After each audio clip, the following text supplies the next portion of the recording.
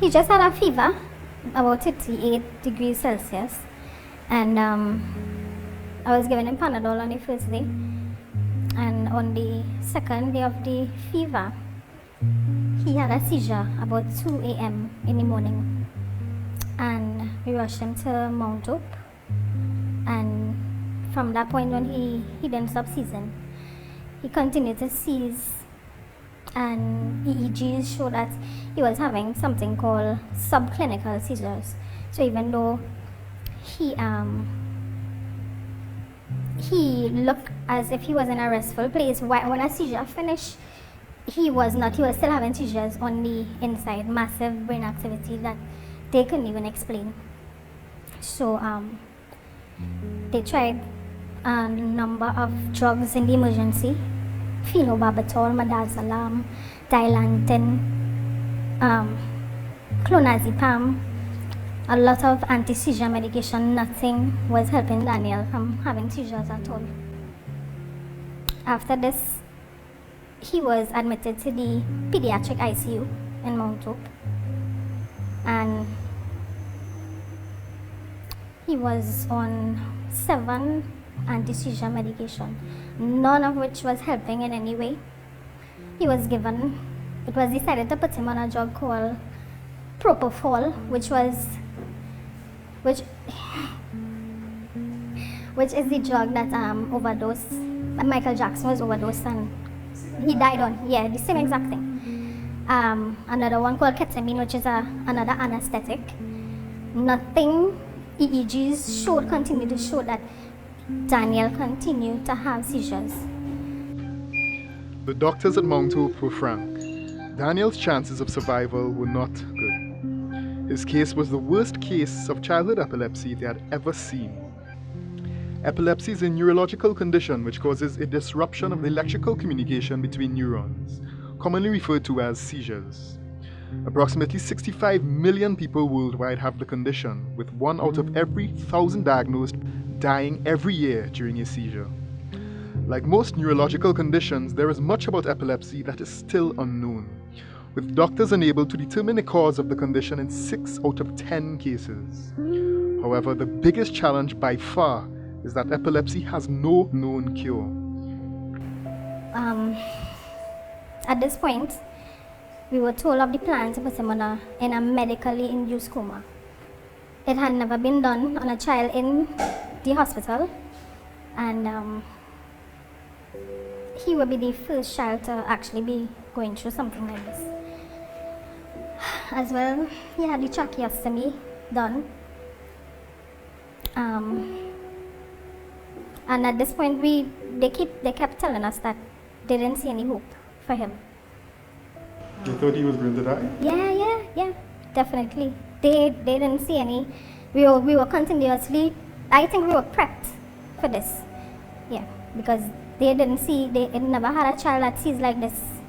A lot of the medications are very strong. It's very strong medication. We were told that on the amount that he's on, it could actually put down 3 grown men for days.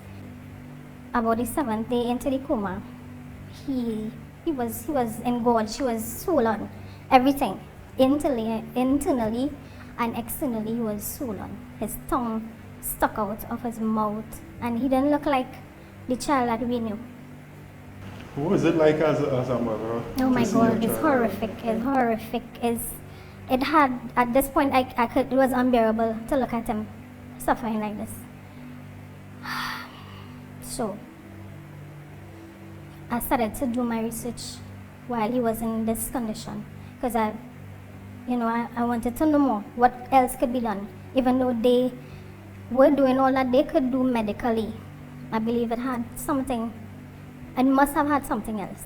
One night, they called me in, and they told me that I should come down because it was looking as if this would be his last moments, because his body was so engorged, and with the fluids inside, it was pressing up against his right lung, and the lung had him in respiratory distress because of this. And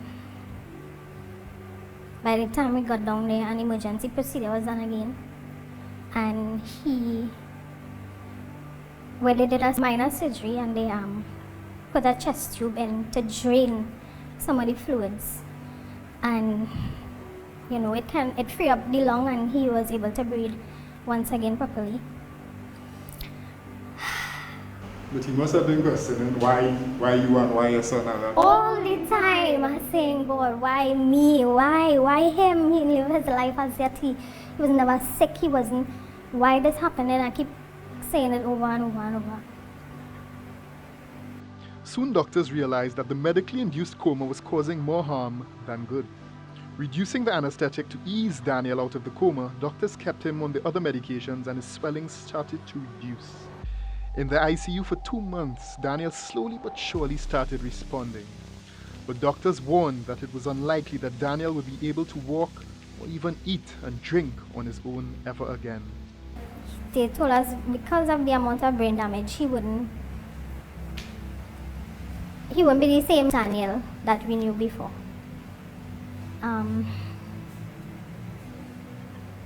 So at this point, I decided to go all out because everything else was tried except the cannabis, and It was a last resort. it was the last resort because I don't think anybody would consider giving this to an 8-year-old child just like that.